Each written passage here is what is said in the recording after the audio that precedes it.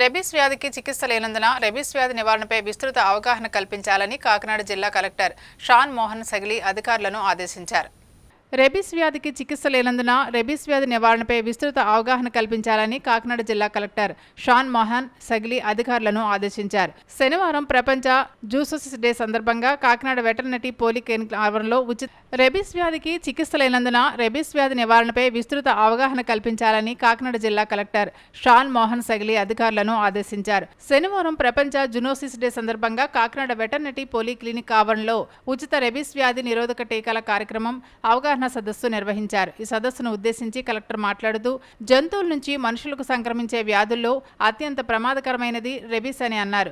Rabies వ్యాధి పట్ల ప్రతి ఒక్కరికి అవగాహన కల్పించేలా అధికారులు కృషి చేయాలని సూచించారు. పెంపుడు కుక్కలకు తప్పనిసరిగా రెబీస్ వ్యాధి నిరోధక టీకాలను క్రమం తప్పకుండా వేయించాలన్నారు. ఈ సందర్భంగా రెబీస్ వ్యాధిపై అవగాహన కల్పించే నిమిత్తం రూపొందించిన కరపత్రాన్ని కలెక్టర్ పశుసంవర్ధక శాఖ అధికారులతో కలిసి ఆవిష్కరించారు.